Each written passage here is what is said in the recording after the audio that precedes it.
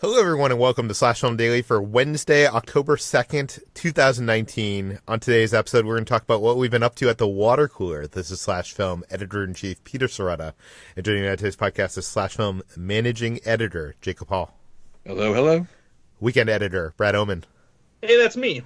And writers Hoai-Tran and Hey, everyone. and Chris Evangelista. Hello, folks. So Ben is away. He's celebrating his birthday in Hawaii, but he'll be back with us later at some point. But let's dive into what we've been doing. Jacob, what have you been doing this week? I've been recovering from Fantastic Fest. As my voice may sound, I am sick. I have a cold, thanks dense crowds of people at a film festival. But I just wanted to say that a lot of people came up to me during the fest to say hi, and that they were readers and listeners from this website, from slashfilm.com and this podcast. So thanks to you all. You were all lovely. You know, I'm happy to have met you all. And to the guy who approached me and introduced himself by reciting the entire title of the joke book from memory. Wait, Jacob, this means that you no longer have to read jokes from it, right? No, it means that somebody else beat you to it, Peter. Somebody who listens to the podcast. So we have to find a new way for you to break free of this curse. But yeah, so thanks to you all. And it really does mean a lot to us when you come up and say hi at these things, because when we're working in a vacuum, we always only hear the negative. So when people come up and say they enjoy it and, you know, come up and say, hey, we like what you do, it does mean a lot, and we appreciate it. So thank you very much. Yeah, no, I've been having a lot of people in LA come up to me saying they listen to the podcast, and it really does mean quite a bit. So thank you for coming up to us, and thank you for listening, too. Yeah. Brad, what happened to your car this week? Oh, some idiot wrecked it, and that idiot is me. On Friday, there was this really huge, long storm system that made its way through the Midwest, and it was basically moving over where I live from Friday, starting at 1 p.m. through pretty much the next morning. It was raining nonstop. Sometimes it was torrential downpour, and there was thunder and lightning and everything. And in the evening on Friday, I had to go out because my cat was out of food, and he needed food, and my girlfriend and I hadn't eaten dinner yet, so we decided just to venture out in the rain because it wasn't bad at the time. We chose to go out. But while we were out, all of a sudden, out of nowhere, just torrential downpour, and I was making my way through the parking lot where I go to pick up my cat food, which is basically a Tractor Supply store, and so I was going through and I was turning around in the actual parking lot to just go up to the front of the store so I wouldn't get drenched by the rain, and it was raining so hard, and just even with my windshield wipers at full speed, I hit the round cement base that one of the parking lot street lamps was in. Could not see it and hit it driving through, and so smashed the hell out of the front of my car. And it's even worse than if you get into a normal fender bender or something like that, because this was a big stationary cement block that was not moving when I hit it, and did not move when I hit it. So it was much louder and harder hitting than I would have expected something like that to be. So now I'm in the midst of dealing with all the insurance stuff, and because my car is a bit older and because the damage is pretty sizable, I might have to, my car might be totaled, so I might have to go find another one after I get my insurance checked for it and everything. So I've been figuring all that out this week, and it's so much fun. And everybody in the car was okay. Yeah, we were all fine. The seatbelts hit us relatively hard because it was such a sudden, impact, and so we were a little bit tender in our chest, but the airbags didn't go off or anything, so that was good. Yeah. That's scary, but it's good that everybody's safe, and it sounds like you might be getting a new car. That could be potentially great, right? Maybe. It won't be a new car, but it'll be new to me, I guess, if that happens, so... New to you. Okay, let's move on to what we've been reading. I mentioned on the podcast last week that I've been reading Bob Iger's memoir, A Ride of a Lifetime.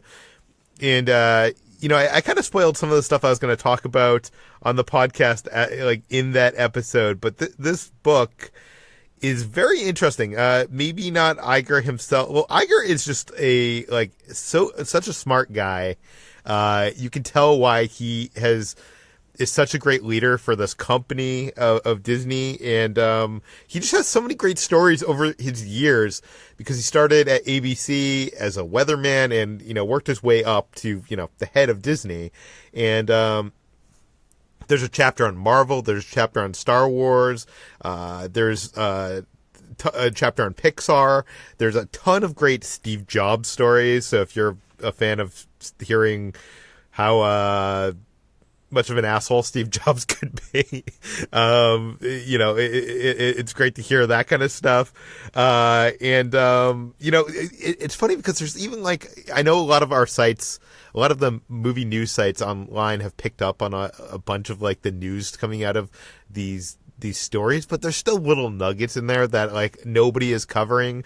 Last week we wrote up a thing that was just one sentence, an aside in the book where he mentioned that after Disney had acquired Pixar Animation Studios, that Steve Jobs, who is was the number one shareholder in the company and a board member, was trying to get them to shut down Disney Animation Studios and have Pixar be the sole creator of animated movies at the company. And we wrote up that story. Just little crazy bits like that. I feel like Chris, I know you read a lot of books about the behind the scenes of movies and stuff. I feel like you'd get a kick at least out of the modern day chapters of Bob Iger's book, because there's just so many, just to hear how things went down behind the scenes, and it's not exactly how you think things happened. So yeah, I would recommend this. This is Bob Iger's book, The Ride of a Lifetime, and there's also so much good insight. If you're he's just such a smart guy. But yeah, that's what I've been reading. Jacob, what have you been reading? I read Horrorstor by Grady Hendrix, and Hendrix is best known as a screenwriter and for writing the book Paperbacks from Hell, which is a history of horror paperbacks in the 70s and 80s. He's kind of an invaluable resource of horror knowledge. And Horrorstor is his first novel. And the joke is that it looks like an IKEA catalog. It has the cover art of an IKEA catalog, and you flip through it. Each chapter begins with a different piece of IKEA-esque furniture. And it's about a haunted IKEA store, or rather a haunted Orsk store, which is a ripoff of IKEA in the book. And it's about a group of employees who are trapped overnight in their store and learn that there are evil spirits about. And the presentation of it being, look like a catalog, makes it seem a little cute at first, like it's going to be a comedy or, a comedy horror, but it ends up evolving into a real serious horror novel. It gets really creepy and upsetting, and a lot of freaky body horror happens. And I can really see this being a really cool, scary movie. I know that the TV rights were sold in 2015, but nothing's ever come of that. And it has a lot of really cool and nice touches, like how the IKEA art and IKEA-esque art and IKEA-esque, catalog entries that pop up throughout the book start off looking very mundane and normal and start getting increasingly upsetting and creepy as you go throughout the book. And it ends up being a really interesting take on the world of retail. Ultimately, this is a horror story that's about what retail employees owe to each other in a business where their bosses don't care about them at all. As somebody who used to work in retail, I understood that implicitly. And I found it strangely moving in the end, where Grady Hendrix takes this story. But before he gets there, it's just really, really clever and really scary. And I really recommend Horrorstor. It's Grady Hendrix. Okay, let's move on to what we've been watching. And it seems like everybody on staff, except for me, has been watching The Good Place. So, Jacob, why don't you lead this thing? What did you think of the new season of The Good Place? Yeah, the fourth season premiere, the last season premiere before the show ends. I don't want to spoil too much because people may still be watching it. People may have not caught up yet. All the first 3 seasons are streaming on Netflix now.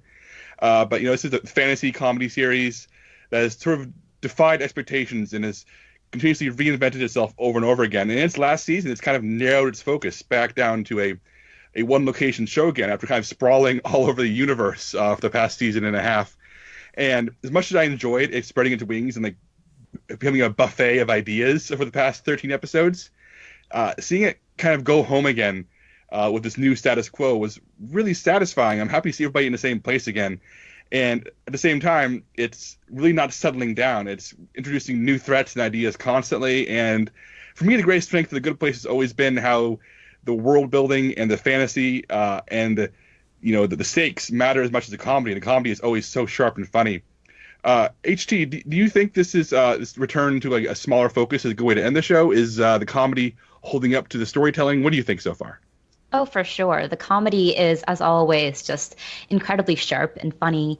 And I was thinking about how by narrowing its focus, the series is more serialized than ever, even more so than its first season. It feels very much like it's hurtling towards that endpoint.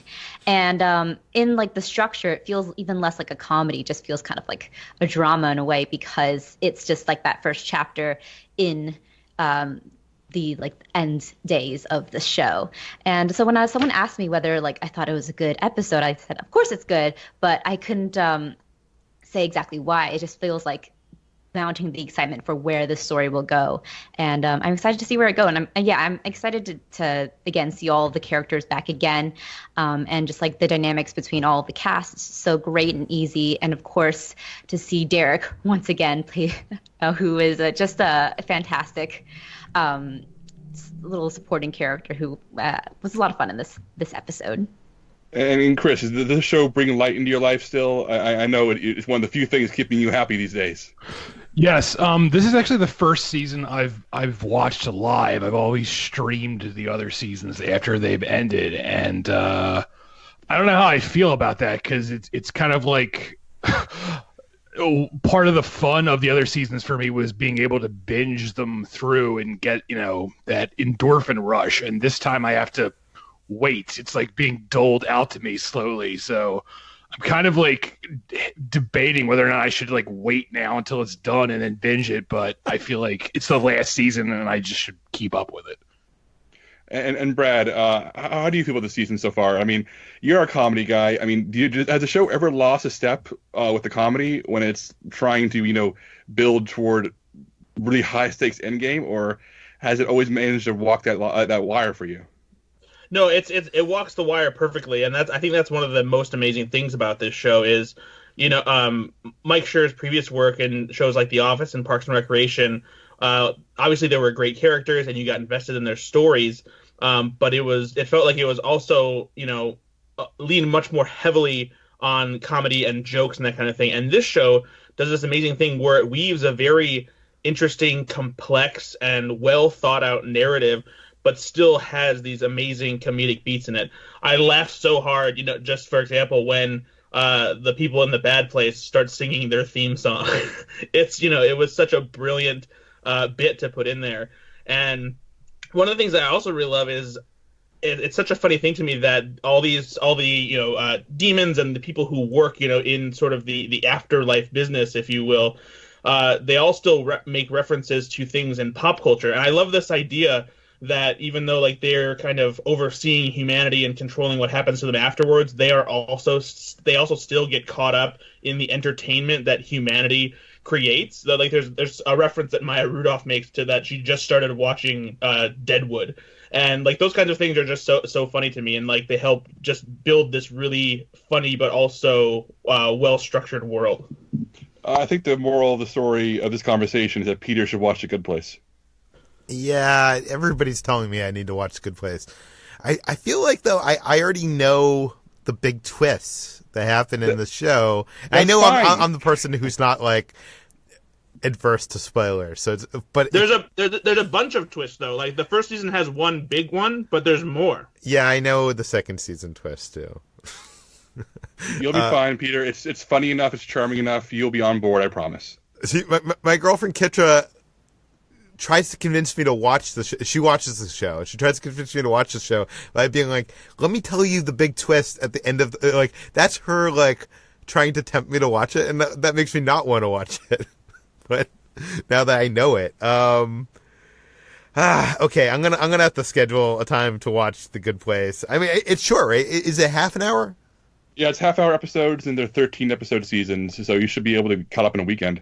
Yeah, you know what isn't short? The Irishman. And HT and Chris both saw this. We talked about it, I think, last week. I mentioned their reactions on the early buzz. But HT and Chris are both here to tell you for themselves what they thought of the movie. So let's start things out with HT. Oh, I was going to say we should start with Chris since he wrote the review, but Let's start with Chris. Yes. Okay. The Irishman stinks. No, it's the it is my number one movie of the year. It is everything I wanted and more. I mean, I went into this with the highest of expectations. Martin Scorsese is without question my favorite filmmaker. He's the reason I, wanted to learn. Him and like Steven Spielberg are like the two reasons I wanted to learn as much about movies as I possibly could.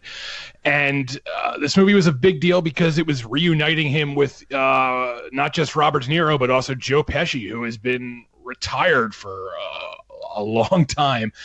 And, I went into this with sort of expectations and also preconceived notions. I thought it was going to be in the same, spirit as his two other big De Niro Pesci mob movies, Goodfellas and Casino. And both those movies are different themselves, but they're sort of cut from the same cloth, the same like energetic cloth. And this film is a lot different. In many ways, it's like the anti-version of those two films. It's quieter. It's one of his most quiet movies. I mean, when you think of Scorsese, especially when you think of his mob movies, they're sort of like wall-to-wall sound with, like pop songs from the eras that they're set in. And in The Irishman, there's very long stretches of silence where there's no music at all. And that's very uncommon for a Scorsese movie like this. So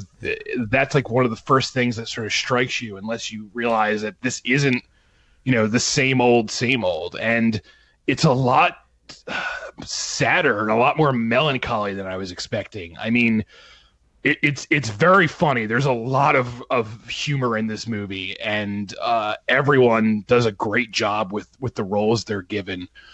Robert De Niro, at one point he was the best actor of his generation, and then he sort of got lazy and started making really terrible comedies for a few years. But this is like the best he's been in a very long time. He's so good in this, and it's a really subtle performance. It's not like a big De Niro performance. He does a lot of acting with just like glances and looks and stuff like that. And Al Pacino is in this too, and this is the first time Al Pacino has worked with Martin Scorsese, and Al Pacino is great. He goes very big here. It's a very big performance. And Joe Pesci, though, out of these three leads, Joe Pesci is actually the best of the three, and it's so great to have him back. And it's such a different performance from him. One of the reasons Joe Pesci sort of like semi-retired is he just kept getting offered the same roles over and over again, like the violent gangster, and that's who he played in Goodfellas and Casino. And he actually was really hesitant to do The Irishman. I think I read that he had to be asked at least like 40 times to come out of retirement to do this movie. And when you see it, you realize why he finally came around to it is because even though he is playing a gangster in this movie, it's nothing like his Casino and Goodfellas characters. He's very quiet. He's very he's very like nice, I guess you would say. This is like the nicest Joe Pesci has ever been in a movie. He's playing kind of like a nice guy, even though he is involved with murders and stuff like that. He's almost this like fatherly figure, and he does such a good job with this performance, and it makes you realize we've been sort of like robbed of really great Joe Pesci performances just because he's been retired and no one has been offering him roles with this depth. But I can't sing the praises of this movie enough. It's long. It's like a 3.5 hour long movie, but it never once felt that long to me. I could have watched another 3 hours of this movie, and by the time it ended, I got like just emotional because it ends on this really melancholy reflection of mortality. And not to get like too bleak here, but like watching this movie, it reminded me that like, Martin Scorsese, he's getting up there in age. And this movie is a lot about the main character accepting his his time is coming to an end. And I was like, even though obviously I always knew this, it like hit me. I was like, oh, one day Martin Scorsese is going to die in my lifetime. And that just like made me really, really upset. And it's like, I'm not ready to face that yet. And I don't want that to happen anytime soon. And this movie, it's just not what I was expecting. So if you're going into this expecting like a big gangster epic like Goodfellas, don't expect that. Like, yes, it is an epic. Yes, it's about gangsters, but it's a lot more introspective and sadder than you might expect. And I loved it. I have a question for you, Chris, because I was also expecting it to be like the third in that gangster trilogy from Scorsese. What film, if not a Scorsese film, could you best compare this film to? Oh, man, I don't know. I mean, I would honestly compare it to Citizen Kane. Yeah, it does have that sprawling, like, is it kind of like Godfather 2? Because that like spanned different time periods. And... Yeah, I would say it is closer to tone in the Godfather saga, where not just Godfather 2, like all three Godfather movies in one is really what this is kind of like. But it's better than Godfather 3, so don't worry about that. HT, what did you think of the film? Well, to follow up on Chris's just a beautiful essay, The Irishman is majestic. I was a little nervous going into it because of its 3.5-hour runtime, and I was also nervous about the de-aging technology that was used on De Niro, Pesci, and Al Pacino, which I think doesn't totally work in the context of the film. It does take a while to get used to, and even then, sometimes it does feel like a little bit of a detriment to the film because, especially in the case of De Niro, who does give such a amazing, really introspective performance, but because the camera is, lingering on his face the entire time, you get an even closer look at some of the smoothing effects that you see, as well as the choice to make his eyes like bright blue, which matched with Frank Sheeran, the character he's playing. But it is just a fantastic movie. I can't say any more than what Chris has said. I do think that it takes a little bit of time to get into like the meat, or like to get its rhythm going. But once it does, it unfolds into this really transcendent, meditative piece of filmmaking about, mortality and legacy and all of those kinds of things that Chris was mentioning before. And I really loved that. I especially loved Pesci's performance too. Everyone has been talking about Pacino because he gives this real outsized performance that is almost reminiscent of his most famous performances and Scarface and that kind of thing. It feels very like almost nostalgic in that sense. But I was so surprised by Pesci, who gives this understated, really soul-stirring performance. And I think that just by virtue of the strength, the sheer force of all of these three performers, firing on all cylinders, that the issues I have with the technology are kind of swept aside.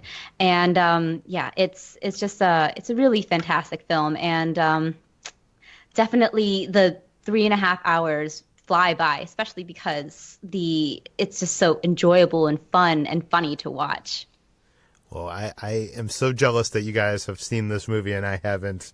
I can't wait to see it. Let's talk about Hell House. I know, Jacob, you mentioned Hell House last week because you were rewatching some of the Haunted House movies. You watched Hell House LLC 3 this week? As mentioned in this podcast before, I think the first Hell House LLC is a really outstanding found footage horror movie that makes really good on a low budget and is very creepy and feels like an actual piece of documentation that's been dug up and edited, which is my favorite type of found footage. The second one, not so much, and the third one, which is also brand new and streaming on Shudder right now, also not so much. The scares aren't as good. It feels like it's more based on trying to build a mythology than deliver compelling scares. It just gets so wrapped up in its own questions that no one was asking that it forgets to be an entertaining horror movie. Chris, I know you also watched this.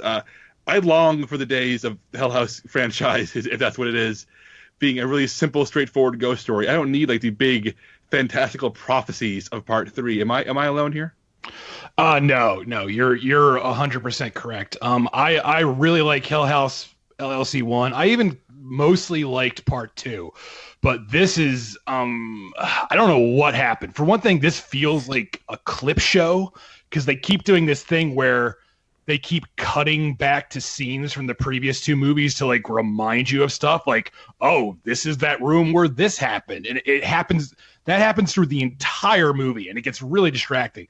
And for another thing, these movies were never known for their great performances, but the acting in this one is like atrocious across the board. Like no one is like even the least bit believable, which is always extra distracting in a found footage film. So I will say there are like 1 or 2 creepy moments just because it's recycling stuff from the previous films, and there is something creepy about shots of spooky stuff standing in the background of frames, which is what this franchise does really well. But I would say skip this and watch the first 2 and just pretend this doesn't exist. Okay, so that is Hell House LLC 3. I haven't been watching much this week, guys. I found this show on HBO called Years and Years. Has anybody here heard of this show? There were tons of trailers earlier this summer, but then I feel like once it premiered, like no one talked about it. Yeah, I didn't even see the trailer. I didn't even know this existed, but a friend of mine was like, you need to watch this show. And this is on HBO. It's a co-production with, I think, like Studio Canal or something.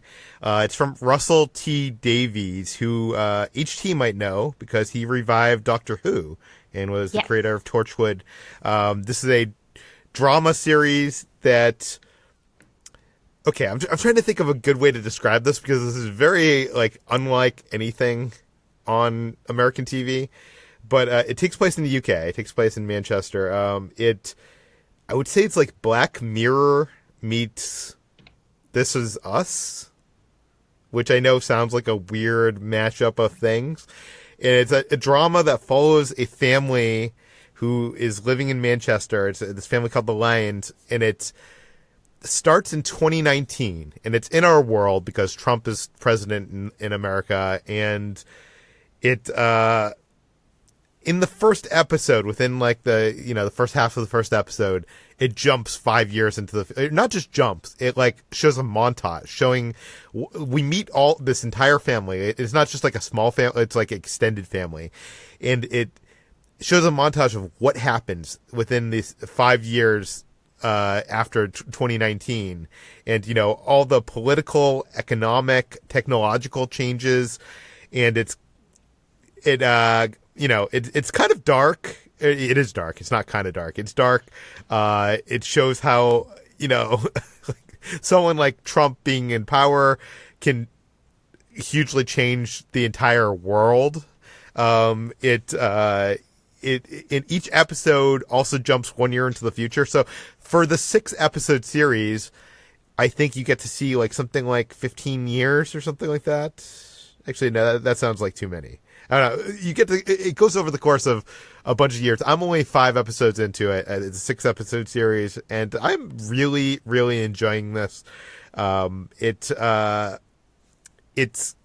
Emma Thompson plays a politician in the UK who, much like Trump, rises to power because of her unfiltered, she's saying what she's thinking kind of attitude, and what kind of troubles that creates for that part of the world.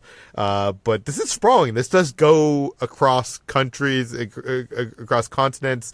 It is very Boyhood in style, that like each episode kind of takes place in like a period of time, and then the next episode will jump like a year later.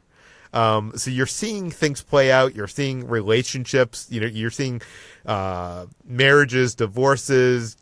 Kids that are born that a few episodes later are now grown up, and like all that kind of stuff. It's very interesting, and I would highly recommend it. It has a very nihilistic projection of the future, which makes me think either Chris would love or hate this. I don't know. I'm not quite sure, but I would recommend this to all of you because I feel like this is such a weird, interesting show. I'm not sure it's like incredible, but it's I'm really, really enjoying watching it, and I only have I think 2 episodes left, so I'm trying not to end it because I don't think they are making a second season, or as far as I know. Like most of the stuff in the UK, they usually don't. They do a series. So that is Years and Years, and that is on HBO. I'm watching it currently on HBO Go or whatever that is, their on-demand service. And the other thing I have been watching this week is Kitra was away watching Friend's Dog, and this weekend I was bored and I mostly cleaned up. I've mostly my house was a complete disaster area. We had this whole situation with a leak this past year, and that led us to moving furniture around and whatever, and it basically just never got fixed. So our entire apartment was like a complete, utter disaster of a mess, and I spent this weekend basically cleaning it up and watching YouTube. And one of the YouTubers I've been watching lately, because I've been getting into this, as a creator on YouTube with Ordinary Adventures, I've been watching a lot of YouTubers that talk about technology, talk about like cameras and filmmaking and how that all works. And there's this YouTube creator named Potato Jet. He lives in Los Angeles, and he is a filmmaker by trade. I think he is a director and a DP on a lot of commercials and music videos. I'm not sure if he's done any movies yet. I'm going to have to actually look that up. But he also runs a YouTube channel, which I don't know how he finds the time, but it's mostly him like showing off new consumer level gear, like drones and like cameras, and testing things out and doing silly things like, putting a GoPro in a remote control car and having his dogs chase after it and recreating the scene from Jurassic Park, but from a GoPro in slow motion on a GoPro in a remote control car. So stuff like that. He's very funny. A lot of the people in the space of technology and specifically like cameras and photography and videography are very, I don't want to call them bland, but very like tech. They're very like data focused and not very personality driven. And this guy is just so funny. And I just wanted to recommend his channel, Potato Jet. And I've been binge watching through his back catalog, and it was interesting because I got to the point where his channel just kind of blew up. I think he has like 400,000 subscribers now or something. And I got to the point where his channel had just started to blow up, and he was answering questions from from watchers, viewers, I guess. And one of the questions was like, how did the channel blow up? And he talked about this video that he created, which was the thing that's kind of was the first video to go viral. And there's this video of him comparing like an iPhone and trying to shoot cinematic like movie stuff style footage with an iPhone. And he showed this montage of all these sites that picked up this video, and right across, right there was the Slash Film logo. And I was like, I had to like rewind and pause it. And I'm like, oh, we wrote about it? And I like rewind to the exact frame, and I look at it, and I'm like, oh, I wrote about it. So, I don't know. It was cool that I'm now enjoying a creator who I was in a very, very, very tiny way responsible for helping his first video go viral. He would have went viral without me, well without us. But it was just kind of cool because I spent the whole weekend watching his stuff and then being like, whoa, one of his big things going viral was in a small way because of us. Which is kind of cool. So check that out on YouTube. I'll link in the show notes. Potato Jet. Chris, what have you been watching? I finally saw Spider-Man Far From Home. And to everyone who said they love this movie, you are out of your mind. This movie stinks. Holy shit. what the hell? What is going on? What am I missing here about Spider-Man Far From Home? Please, someone fill me in who has seen this movie. I'm assuming everyone on this podcast has seen it. Tell me what I'm missing. I feel like Jacob is probably the best person. I agree that it's messy, but I also think that's a ton of fun. And I think that it has just enough on its mind to be interesting, full of performers I like watching, doing silly shit I enjoy. Chris, I think what you're missing here is that you don't have a heart. I mean, I don't disagree with that. I mean, look, I really like Jake Gyllenhaal. He's having a really good time. I think Zendaya is great. She's like her MJ is, I honestly think, my favorite MCU character, just because she's like this weird, morbid weirdo, and I can relate to that. So she's great. Marissa Tomei is good in the 10 seconds of screen time she has. Tom Holland is fine. I didn't like this at all. The pacing is terrible. It felt like it went on forever. And I should add, I really liked Homecoming. I thought that was a lot of fun. And I don't know, I think I just didn't like that this felt like an extension of Endgame. Like, I liked that Homecoming really felt sort of like its own thing. Like, yes, Iron Man was in Homecoming, but it really felt like a Spider-Man movie, and this to me just felt like another Avengers movie. And I don't know, I just, I'm not like a huge Spider-Man fan, but I like when Spider-Man sort of just sticks to New York and sticks to, the neighborhood. That's his title, the friendly neighborhood Spider-Man. And I don't really like the Spider-Man who goes on big globe-trotting adventures like a spy. It just doesn't work for me. So I really hope that third film sort of like goes back to Queens and has him dealing with neighborhood stuff. But did you watch the end credits, Chris? What, where I saw the end credits, and I don't think it's possible. I think like now that he's been outed to the world. Yeah, but then what's it going to be like, where he's like Batman now, where he's like a vigilante? I don't know. Like, I feel like you can do neighborhood stuff and make it big scale and make it work. I feel like Into the Spider-Verse is the perfect example of that. Like, yeah, that deals with huge stuff and multiverses, but it really is all set in one city, and it that feels epic, and I loved that movie. But this just, it didn't do it for me. And I know people love it. I know people love this Spider-Man and were very upset when they thought he was leaving the MCU, and were very relieved when he came back to the MCU. But boy, oh boy, did I not care for this film.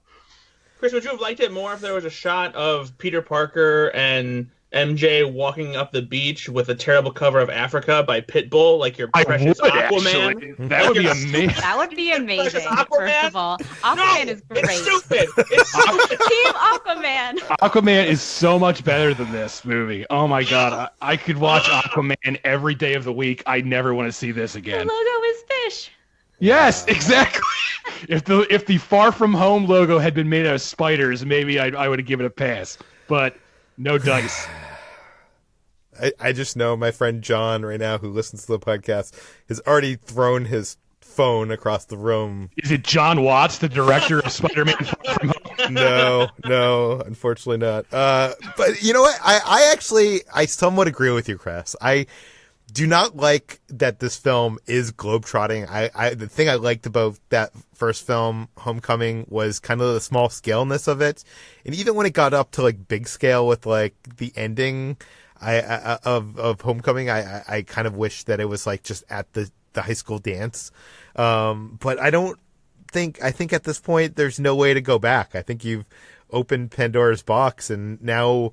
But it's also, I think it's also because though we already had two Spider-Man franchises that stayed local and kept stuff in New York, and so you kind of have to mix it up by having Spider-Man go on these, adventures that are a little further out. And I think it helps that he's not necessarily going, and trying to be a superhero outside of New York, but it's the danger that finds him, So there's almost this wrong place, wrong time kind of thing to it, and he does what he does because he is a superhero and he feels, compelled to help as much as he can.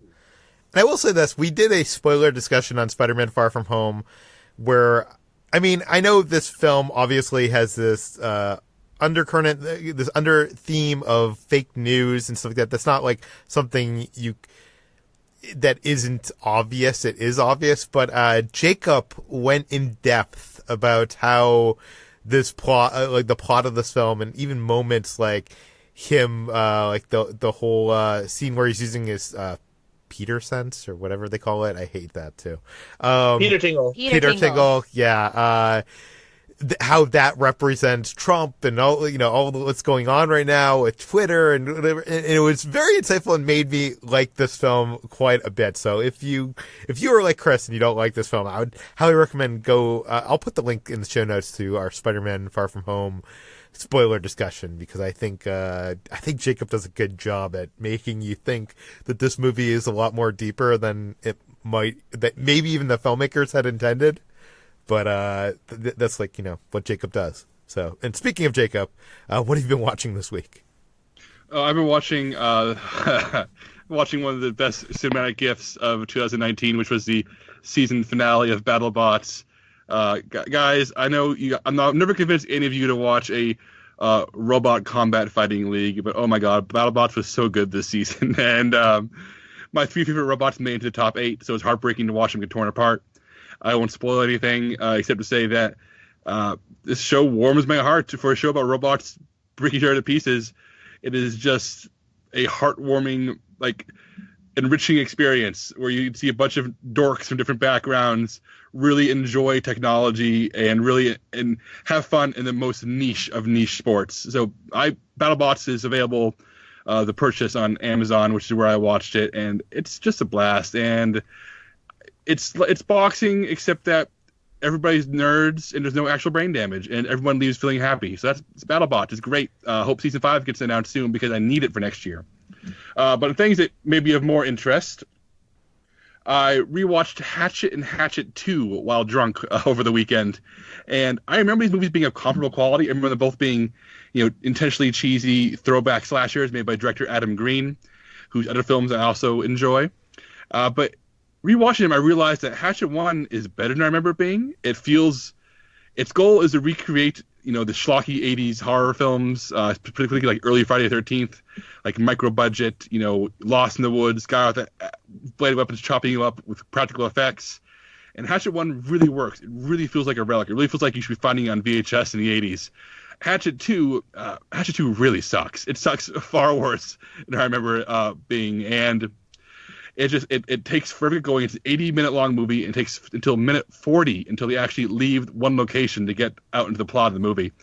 And the effects are glossier, but they lack like the charm of the first film. And it's just a sort of a leaden, dull thing, and it does not have 1 ounce of the charm of the sort of crass, stupid charm of the first film. And I've never actually seen Hatchets 3 and 4. I'm not sure if I'm going to around to them. Maybe I'll try for this Halloween season. But if you're like me and thought Hatchet 1 and 2 were pretty much the same movie, they're not. They're streaming now on Amazon. Although if you are going to endure Hatchet 2, you might as well spend a few bucks, because the streaming for free version is the R-rated cut. The unrated cut, which has all the gore, which is the reason you watch these damn movies in the first place, is only available for rental, I think, for $3.99. Anyone else here seen the Hatchet movies? I'm sure Chris has at some point. I actually have not ever sat down to watch these. The most I've seen GIFs where he like rips people's heads off and stuff like that, but I've never actually watched the films themselves. I am shocked. I'm surprised. You know what? We're gonna between me and Matt Donato, slash some contributor Matt Donato, we're gonna force you to watch Hatchet for your next streaming column, Chris. I'll take issue with this though. There are no hatchets in the Hatchet movie. He frequently uses an axe, but no hatchets. I'm pretty sure I'm right about this. Write in if I'm not getting my hatchets and axes mixed up. Anyway, also, I'll watch the first episode of Shudder's new series Creepshow. You may remember from this podcast, I visited the set earlier this year, so I'm not doing any writing about it, no reviewing for that reason. But I will say I really enjoyed the first episode. It is a throwback, like Hatchet. It's very successful as a throwback. It's just a bunch of old school horror fans and their acolytes teaming up with a bunch of actors they like to tell very short horror stories. Like each segment's like 18 minutes long. Each episode is 2 segments. And the first one is one very goofy, gory horror story. One's a bit more subtle, a bit more creepy, sort of like a grown-up Are You Afraid of the Dark story. and I dug them both. And I'm looking forward to seeing more of Creepshow as each episode arrives once a week on Shudder with 2 more stories. And also, I know I talked at length about Fantastic Fest earlier this week, but in case you missed the episode, I do want to give a shout out to a few movies I saw there, specifically Knives Out, which is fantastic, The Lighthouse, which we'll talk about more in a moment, but Lighthouse rules, and Parasite, my favorite film of the year, and probably my favorite film of the past few years. So if you want to hear more about those movies, I talked at length on Monday's episode. Very cool. Brad, what have you been watching? I sat down to finally watch the episodes that were available by this past weekend rolled around of the Great British Baking Show.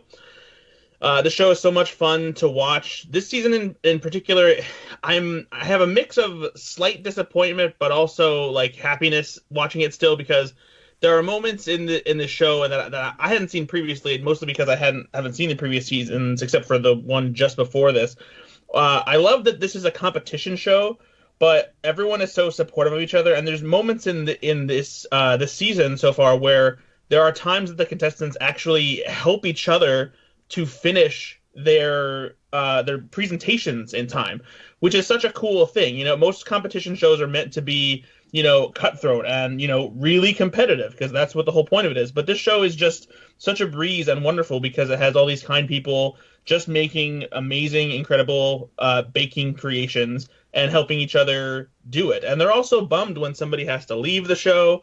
But at the same time, this season feels like it has the least interesting roster that I've seen on a show like this. You know, last season had such a great assembly of different personalities and different kinds of people, and this season just feels kind of bland. There's only a couple people that I was really interested in, invested in, and like seeing around, and they're already gone from the show.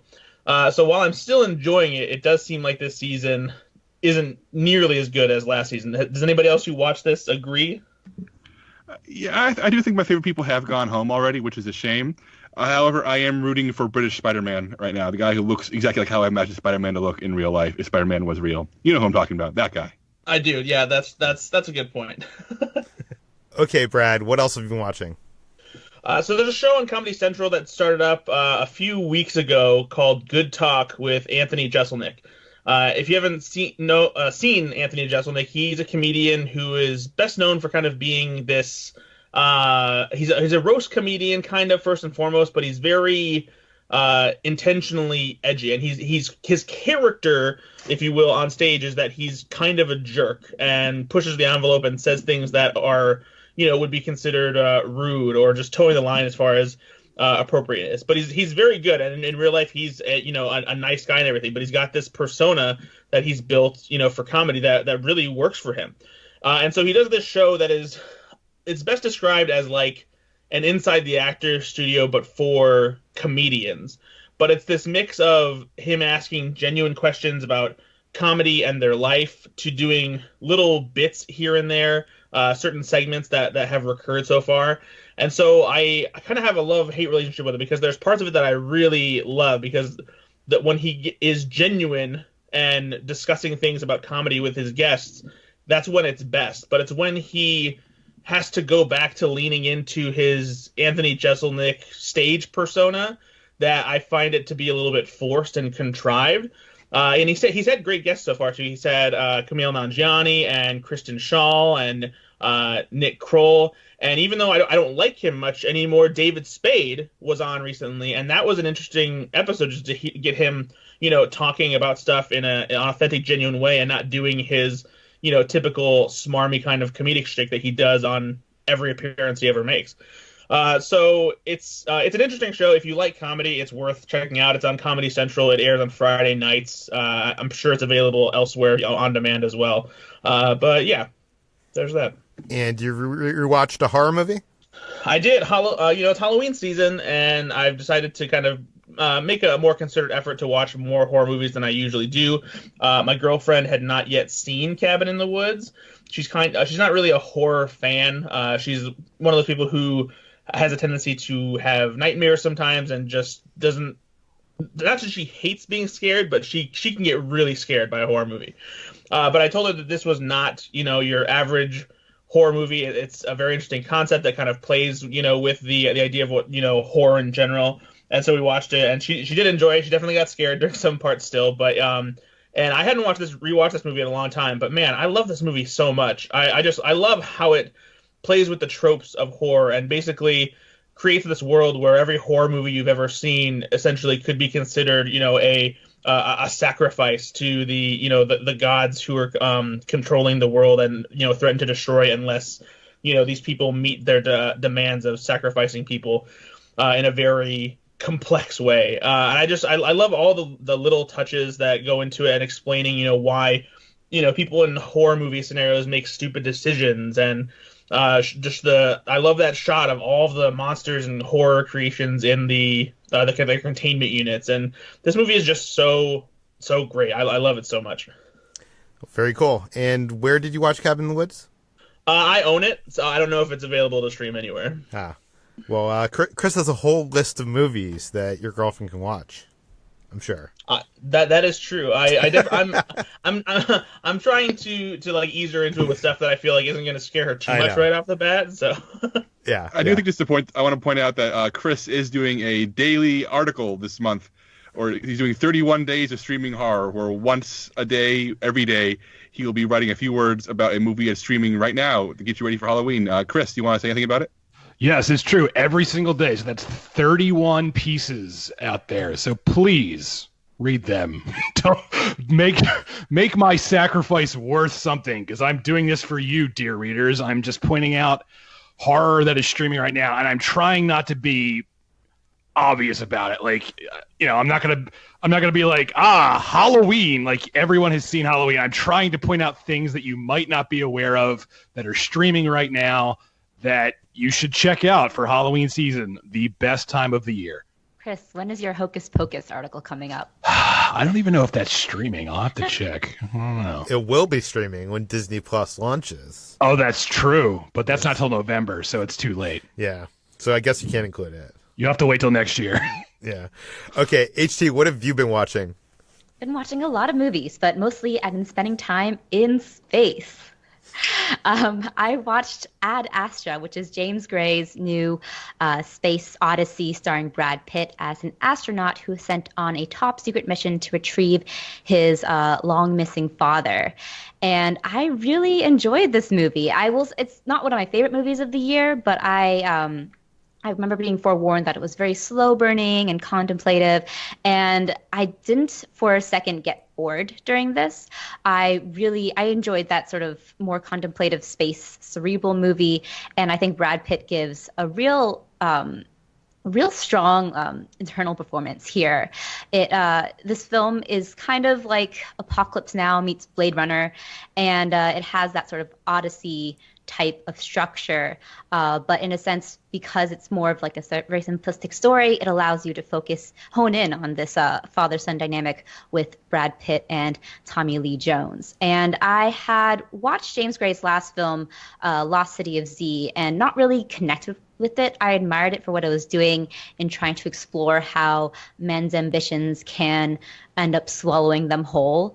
But I think that he achieves that so much better with Ad Astra, which I feel like does that through Tommy Lee Jones' character, and you kind of see it from a distance. And it's a real interesting deconstruction of great men and our perceptions of great men and kind of how fallible they are because of that presumed greatness. So I'll say I liked Ad Astra a lot. Another space movie I saw I did not like as much.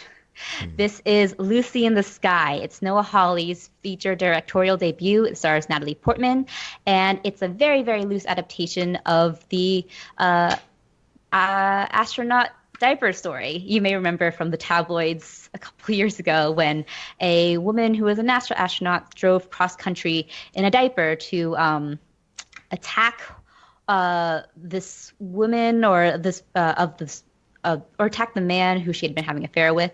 And this is a very loose adaptation. It's kind of Noah Hawley's launch pad to explore something about the disconnect that people can feel when they are separated from the world. And I was actually on board for the first hour or so of this movie. Hawley does something really showy, which is very in line with Noah Hawley and like all his very cerebral, trippy stuff that he does with Legion. In that, and Lucy in the Sky, he changes aspect ratio frequently to sort of reflect Lucy's inner headspace. And while it can get really distracting, I was actually, on board with this. I got what he was trying to do by trying to get us into her mind, even though Natalie Portman gives a very internal performance again.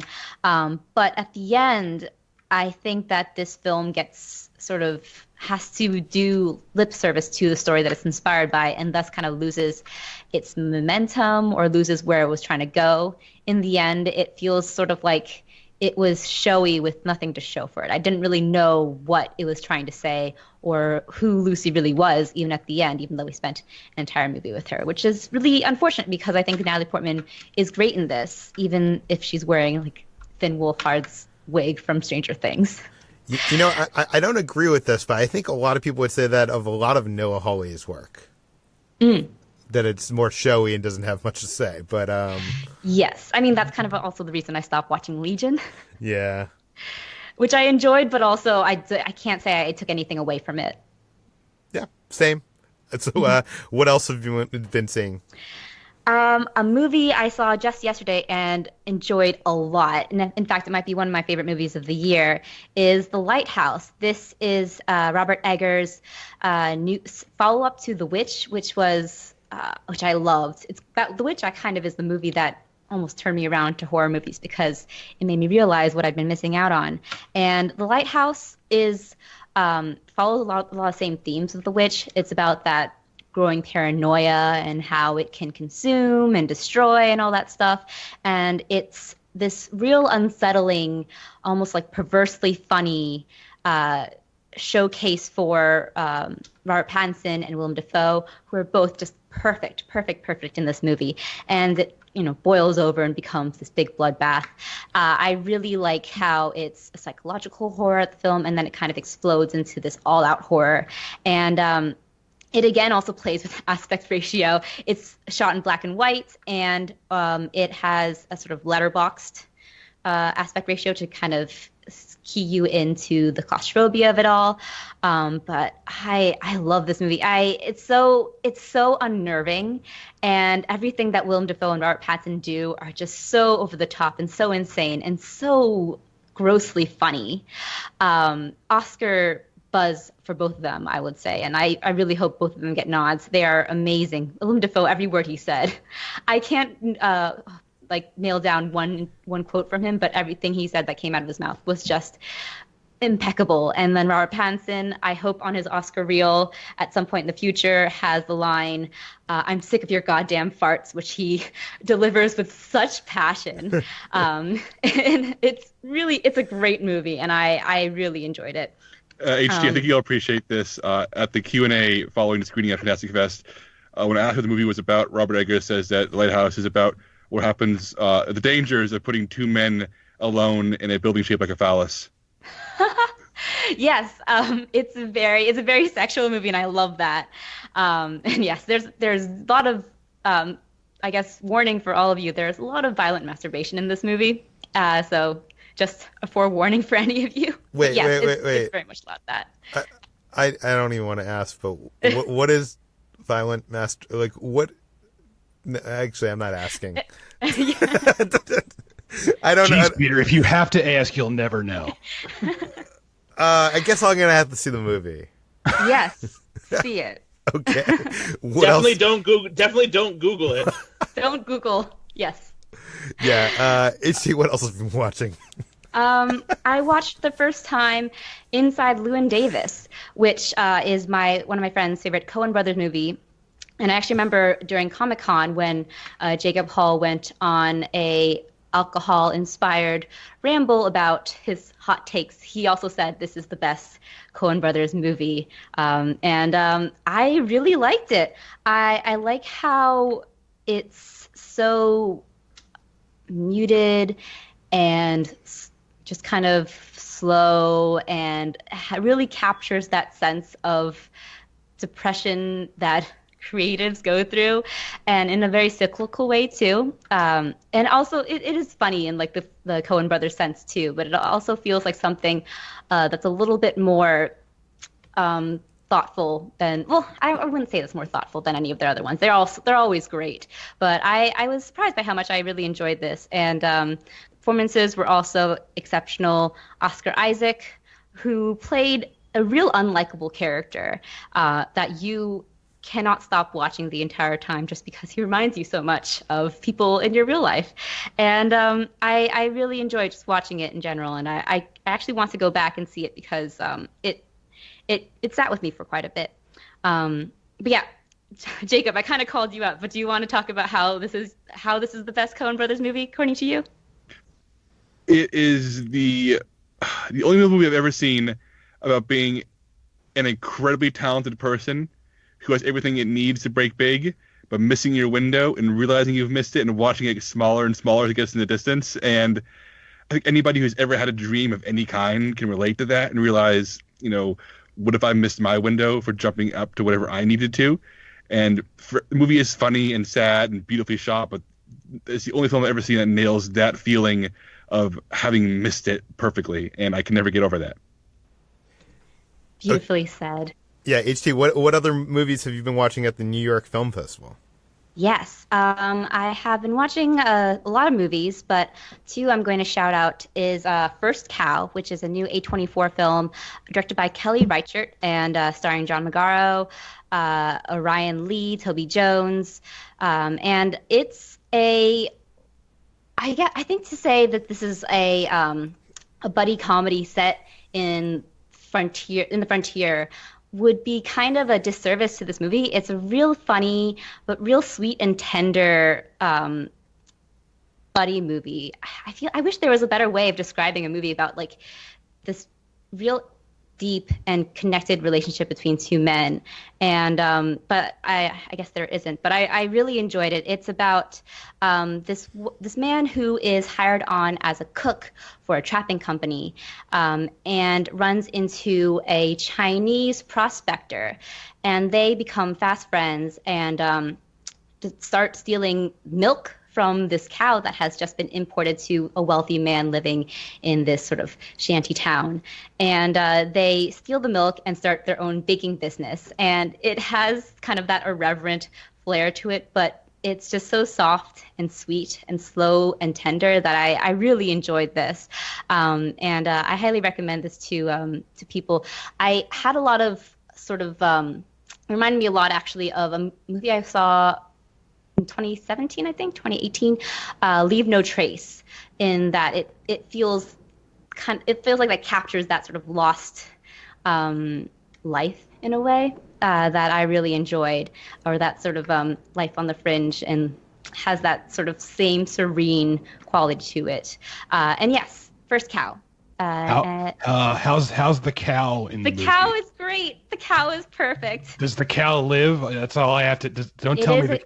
It is a cow that lives. The cow lives, and nothing happens to the cow. All right, then I will see First Cow. I was hesitant because anytime there's a movie with like an animal these days, it's like that. Like last year there was like 4 horse movies, and they were all about the horse dying. And I didn't bother to see any of them. But now I'll watch First Cow. Yeah, the cow is only treated with the utmost respect, especially by John Magaro's character, who just kind of sweetly talks to the cow and pets it the entire time. So, all right, now it's a good cow. Nice. All right, Chris, you weren't here last week, but I watched Super Size Me 2, Holy Chicken, and you should not watch that. I won't. Thank you. Okay, HC, I think you have one more film to talk about. Yes, this is another film from New York Film Festival. I'm sorry, I'm going long. This is Varda by Agnes, which is a documentary directed by Agnes Varda. And I really enjoy Agnes Varda's works. I've seen a couple of her documentaries. The Gleaners and I is one of my favorites. And this was a real interesting documentary because it is released posthumously, but it feels so much in line with Agnes Varda's documentaries in that she inserts herself into them, and it feels very much like an extension of her as any of her other films. But in a way, it is like that swan song for her because it is based around this lecture that she gives.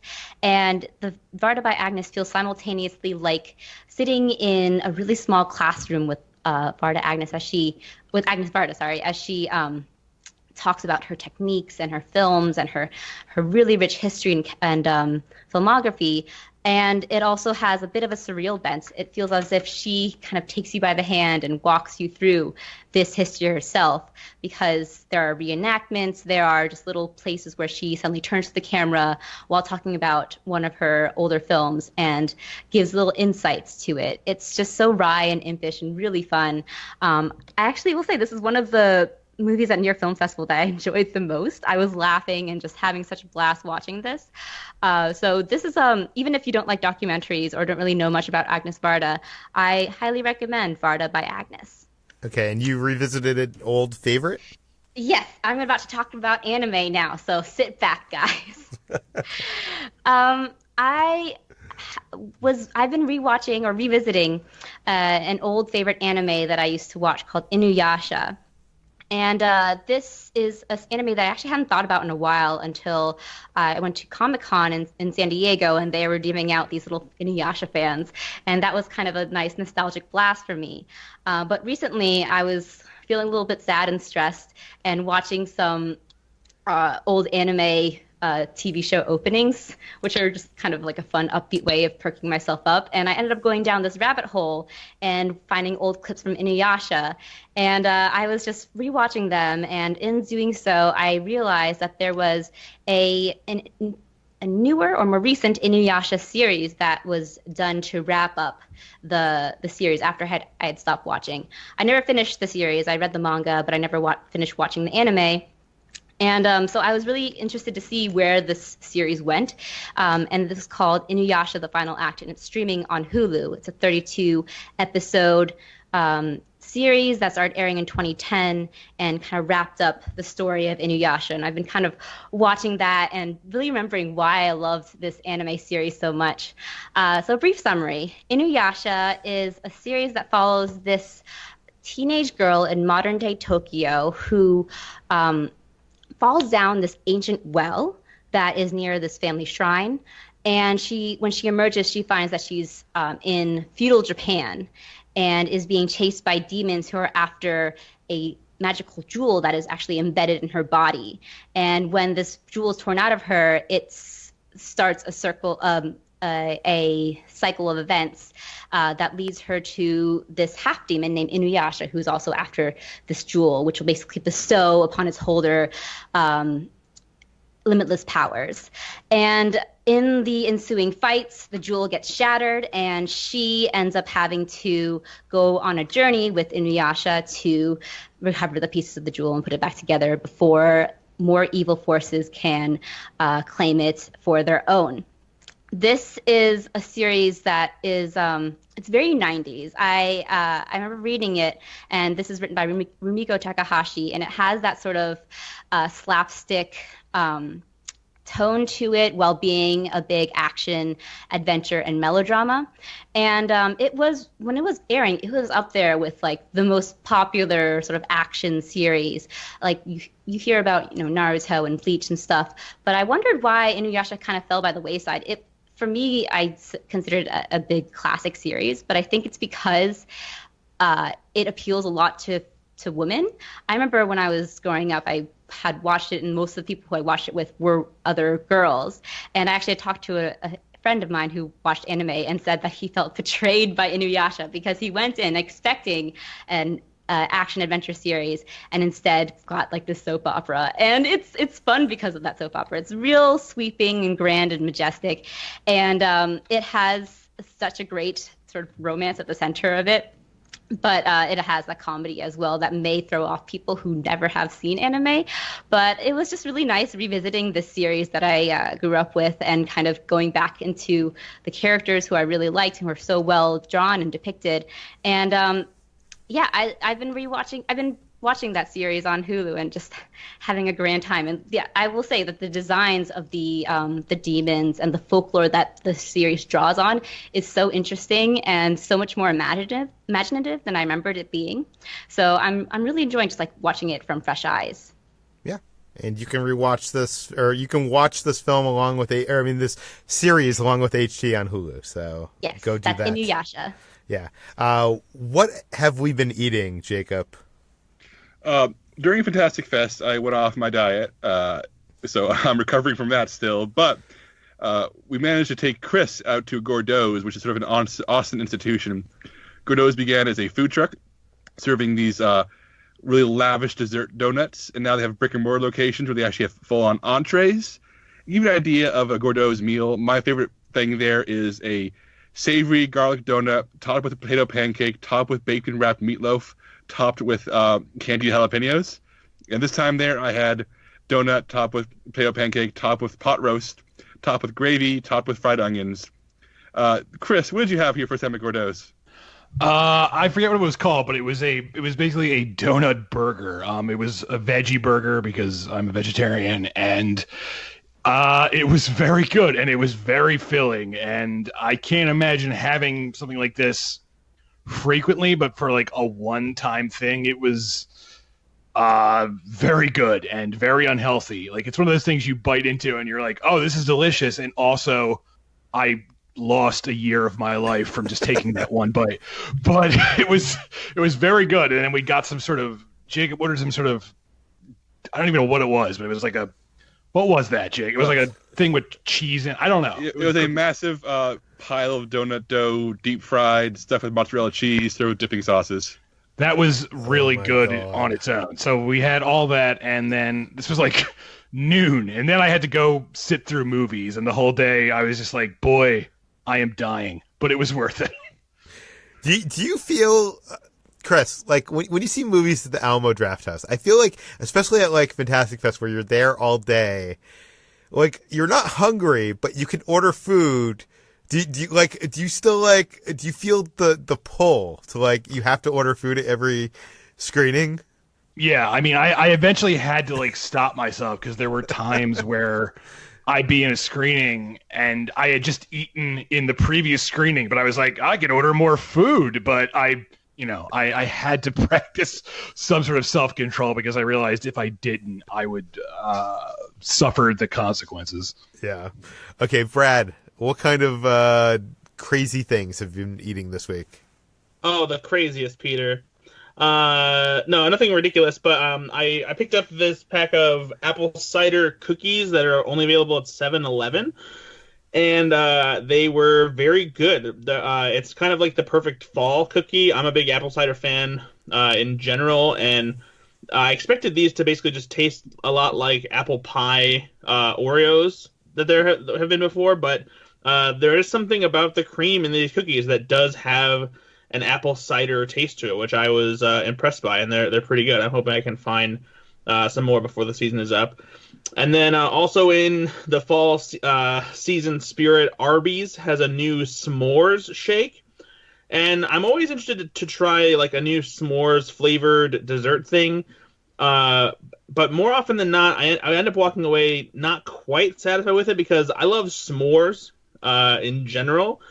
But the thing with s'mores flavored things is they often only have the honey graham cracker flavor and not much of the marshmallow or chocolate combined with it to really make it a s'mores flavor. It's more just a general graham cracker taste. And that's kind of the case with the s'mores shake.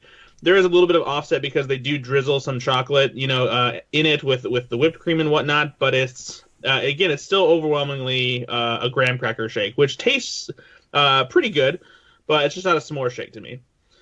And then maybe the most ridiculous thing that I went out of my way to try was, in case you haven't seen it, Pizza Hut has this new Cheez-It pizza. Oh, I want it. It looks like a mozzarella stick, but instead of mozzarella stick, it's square, and it looks like a Cheez-It. That's essentially what it is, and you can get it either plain with just the mozzarella cheese on the inside, or you can get it with pepperoni on the inside. And I'll say that they're okay.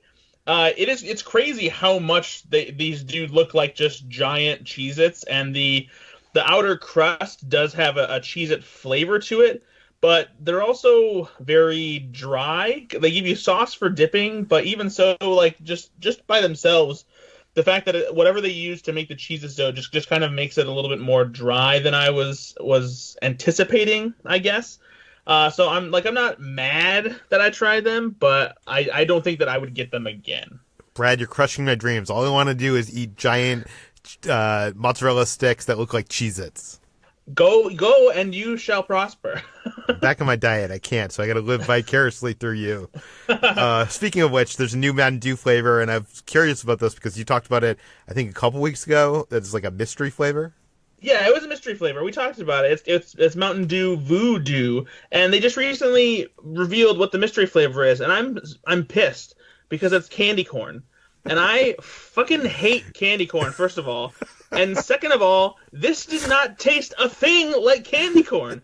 We talked about what it tasted like, and nowhere in my taste buds was there a candy corn flavor. And I would know it because I fucking hate candy corn. Yeah, you were telling me it tasted like Skittles or something? Yeah, it had a Skittles taste to it, and then like that was mostly like the aftertaste was a very Skittles-esque flavor. But even like the initial taste, it had almost like a tropical flavor to it. There was nothing that tasted like candy cane in this soda whatsoever, or candy corn that tasted in the soda. So I don't know like where they even got this stupid idea from, and I'm just mad that there was candy corn. I'm wondering... Brad, I think you like candy corn, Brad. I think you've learned a very valuable lesson about yourself. Oh, I hate it. I'm wondering if you got another one of them, knowing now that it's supposed to taste like candy corn. If you tasted it, if you'd be like, oh, I can taste the candy corn notes in there. I don't know. Maybe I'll have to find one again and give it a shot, but I don't think so. Okay, lastly, what we've been playing. Jacob, what have you been playing this week? Like many people all over the internet, I've been playing Untitled Goose Game. This is a new video game made by House Games, and it's become a bit of a meme recently. So even if you haven't played the game or even know it's a game, you've probably seen images of a goose causing havoc, and that's the basis for Untitled Goose Game. It's a very brief game. It's only a few hours long. I'm not too far into it. It's only I think it's $15, $20 based on where you buy. I'm playing on Nintendo Switch. It's also available on PC and other computers. And the gist is literally you are a goose. You're in a small English town, and each time you enter an area, you are given a list of ways to cause havoc. And it'll be, for example, it'll be have a picnic by stealing everybody's food and putting it on a blanket. It will be steal this item, cause this kid to have to do this. Make sure this person falls down. It's just you being a total jerk goose, and it's so much fun. So much of the fun comes to the fact that the goose is so well animated. He's animated to be very realistically a goose. So watching him or her pull off all kinds of weird shenanigans, slapstick shenanigans, is really entertaining the watch. In terms of gameplay, it's actually closest, if anything, to the Hitman games, where in those games they're essentially puzzle games where you watch an environment, watch the gears turn in a programmed environment, and find a way to intervene to kill somebody. And it's the same thing. You're a goose wandering around an environment, but instead of killing somebody, you're causing some sort of slapstick way to annoy them. And it requires a little bit of patience. You watch patterns of people, and it requires a little bit of puzzle solving as you kind of figure out where it goes. But the results are so satisfying. It's so fun. It's so nice to play a game that's this funny without having actual written jokes, and a game that is so suspenseful without having any kind of violence. And it's just a really nice breath mint of a game. I'm really enjoying playing it in between more intense rules heavy games. You only need to use like 4 buttons. I'm really enjoying Untitled Goose Game. Between this and Super Smash Brothers, I am so tempted to get a Switch. Look, the Switch library, in addition to all the great Nintendo games, like all the Zelda games and the Mario games, the library of indie games on Nintendo Switch has grown to the point where you can not buy any $60 brand new games and still have an amazing time on your Switch for years based on just the incredible deep library of indie games from people who aren't necessarily huge names but have been creating these satisfying unique experiences for years. And the Switch is so famously easy to port for. All these games that used to be available strictly on PC are now just popping up on Switch every day. Brad, I don't know if you plan to play a lot of games beyond those two, but the library here is there. I think it's worth the investment. Fair enough. I'm wondering, with the recent release of iOS 13 or whatever it is, they launched Apple Arcade, which is kind of like Apple's version of an all-you-can-eat, like Netflix-style service for video games. I guess there's like unlimited access to over 100 new games rolling out this fall. Is that something that like any of you would be interested in? Like, I'm just curious if like that is even something that's like appealing to gamers, or is this like who is the audience for this? I mean, the mobile game market is so huge. I mean, personally, my Switch has replaced my phone for mobile games on the go, so I don't play games on my phone much these days. But there's no denying the billions of dollars that go into the mobile gaming industry, and the fact that many of the games available on that service are not just tapping games, or games that like have stories and more complex mechanics. Games you can find on Switch and PC and PlayStation and Xbox. It really feels like it's Apple's way of saying, "Come pay this low fee, and then come experience." The fact that there's really a deeper bench of games you may suspect. Because looking at that list, it's very few of like, Clash of Clans type things, and more like, really unique indie experiments that I'll be playing on other consoles as it is. So I'm really hoping it's, them throwing their weight behind really talented developers and really talented designers and studios, as opposed to, like the quick cash-in games that want you to enter your credit card to get more points or whatever. I don't know. I don't play a lot of mobile games these days. But yeah, I'm not sure if I'll get around to doing it, because the games I want to play are available elsewhere. But for people who are serious gamers who want to play those kinds of things on their phone, I think it may be a really useful thing for them.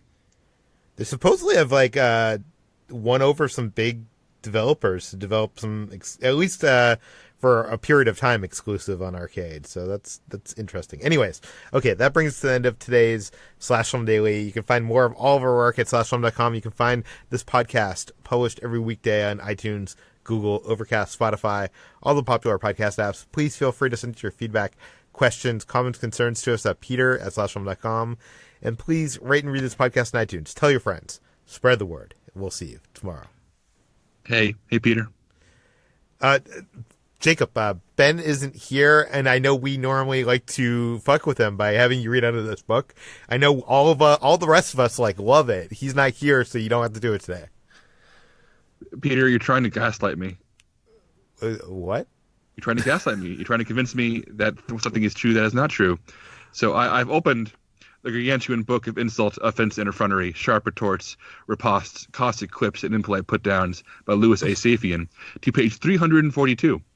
And appropriately, this is the liars section, because that's what you are, Peter. You're a liar trying to trick me here. Anyway, Peter, you're the kind of fisherman who catches fish by the tail. Peter, you're the kind of fisherman who catches fish by the tail. Because normally you catch them by they eat I'm guessing it's spelled like tail, like a story, or am I wrong? Chris is correct. Chris gets the joke. He's very funny. All right. Does he get a prize? I love that these jokes require spelling. Like you can't they can't be said verbally. You need to read them. Well, Chris's prize is he gets the next joke. Oh.